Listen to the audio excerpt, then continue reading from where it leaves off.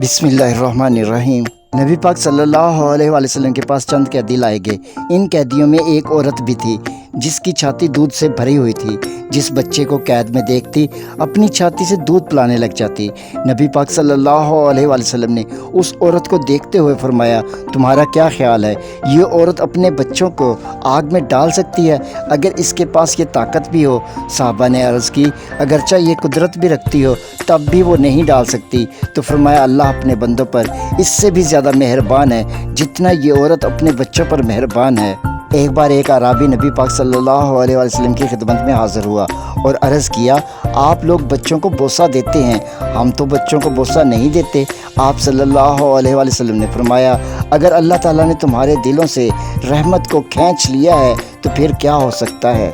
सही बुखारी अहादीस नंबर 5999 और 5998। Video like share subscribe